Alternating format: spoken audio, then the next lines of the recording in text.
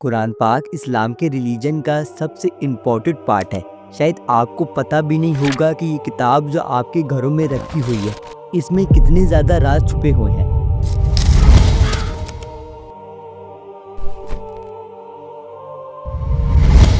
آج کی اس ویڈیو کو اینڈ تک ضرور دیکھیے گا۔ میں گارنٹی دیتا ہوں کہ قرآن کے بارے میں یہ باتیں آپ کو بالکل بھی پتہ نہیں ہوں گی۔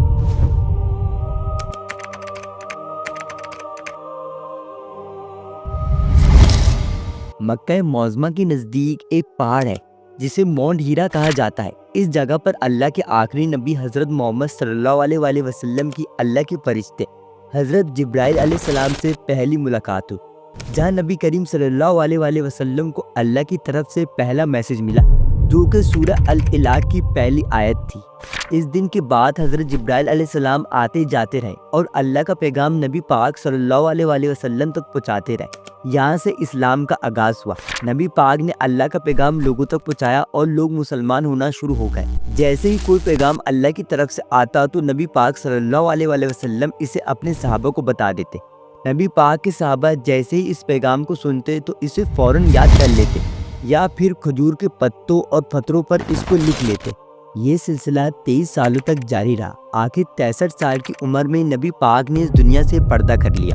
نبی پاک کے اس دنیا سے جانے کے بعد حضرت ابوبکر صدیق، جو کہ آپ صلی اللہ علیہ وسلم کے ساتھی اور سوسر تھے، اسلام کے پہلے خلیفہ بنے، یعنی کہ انہیں نبی پاک کا سکسیسر چنا گیا۔ نبی پاک کے دور میں قرآن پاک کی کوئی اصل شکل نہیں تھی۔ اس وقت قرآن پاک لوگوں کے دلوں میں پتھر، ہڈیوں اور پتوں پر قرآن کی آیتیں لکھی ہوئی تھی۔ جب حضرت ابوبکر کا دور آیا تو اس وقت یمامہ کی جنگ ہوئی۔ یہ جنگ حضرت ابوبکر اور مسلمہ، جو کہ جھوٹا تھا اور خود کو نبی کہتا تھا، ان دونوں کے درمیان ہوئی۔ جب یہ جنگ ہوئی تو اس جنگ میں 70 ایسے صحابہ شہید ہو گئے جن کو قرآن یاد تھا، جن میں سب سے بڑے ایک صحابہ سالم مولا ابو حذیفہ تھے، جن پر نبی پاک صلی اللہ علیہ وسلم قرآن کو لے کر بہت زیادہ ٹرسٹ کرتے تھے۔ ان صحابیوں کی شہادت کے بعد حضرت عمر نے حضرت ابوبکر صدیق کو ساری آیتوں کو ایک کتاب کی صورت میں اکٹھا کرنے کے لیے ایگری کیا اور اس کام کو ذمہ داری زید بن ثابت کو دے دی۔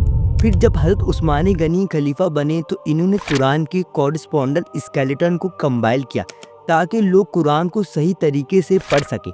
جب سے یہ قرآن کتاب کی صورت میں آیا، اس نے اپنے خاص ہونے کا ثبوت دیا۔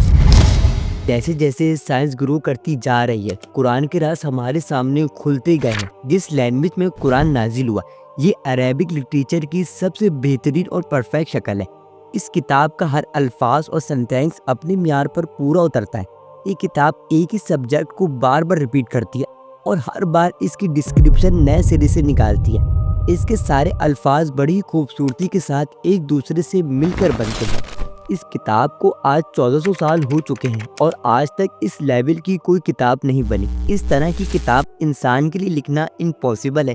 جیسے کہ اللہ تعالیٰ نے قرآن میں سورہ العصر کی آیت نمبر 28 میں بھی ہمیں بتا دیا ہے، تم فرماؤ اگر آدمی اور جن سب اس بات پر متفق ہو جائیں کہ اس قرآن کی مانند لے آئیں گے تو اس کا مثل نہ لا سکیں گے، اگرچہ ان میں ایک دوسرے کا مددگار بھی ہو۔ نبی پاک نے اپنی لائف ٹائم میں جو لیکچر دیے ہیں، ان میں بھی ایسی اپیلیں نہیں ملتی جو قرآن پاک میں ملتی ہے۔